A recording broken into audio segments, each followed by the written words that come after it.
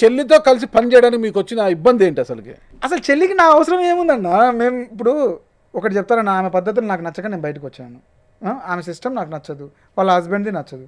ఇంకా నేను ఎందుకు ఆమె దగ్గర పోయి పని చేస్తాను మీరు ఎందుకు అనుకుంటున్నారు? పోయి చెప్పండి, చెల్లి నీ తప్పులు ఉంది, అది పద్ధతి మార్చుకో, బామర్ది నువ్వు ఈ తప్పులు చేస్తున్నావు, పద్ధతి మార్చుకో, అంతా కలిసిమెలిసి పని చేసుకుంటా మీరు చెప్పి నచ్చ చెప్పచ్చు కదా చెల్లికి, బామర్దికి. వాళ్ళ లీడర్లను చెప్పుకోమనన్న. ఆమెకి నాకు కాదు, నేను కాదు చెప్పాల్సింది. ఆమె వల్ల బాధపడే వాళ్ళు ఉంటారు.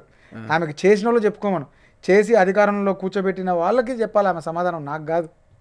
మేమంతా ప్రతిపక్షంగా ఓటేయమని కూడా ఆమెకు అడగలే. సరే, అఖిలప్రియ గారు చేసే కొన్ని వ్యవహారాలను మీరు ప్రశ్నించాలన్నా, మీరు ఒక ప్రెస్ మీట్ పెట్టి మాట్లాడాలన్నా కూడా, ఒక ఆందోళన చేయాలన్నా కూడా పార్టీలో మీకంటూ ఒక స్థాయి ఉండాలి. మరి ఆ స్థాయి మీకు ఇంతవరకు ఎందుకు కల్పించలేదు మీ పార్టీ? మరి ఎలా? ఆందోళన చేయడానికి, ఇంకొకటి చేయడానికి ఒక స్థాయి అవసరం లేదు. ఒక కార్యకర్తకు కూడా మనం చేయొచ్చు, దాని గురించి ఒక నాయకుడిగా చేయొచ్చు, దాని గురించి పెద్ద ప్రాబ్లం ఏం లేదు. మనకి ఏంటంటే బాధ్యతలు తీసుకుంటే మనం కూడా పార్టీ కోసం పనిచేయడానికి ఉంటుంది అనేది మా ఆలోచన.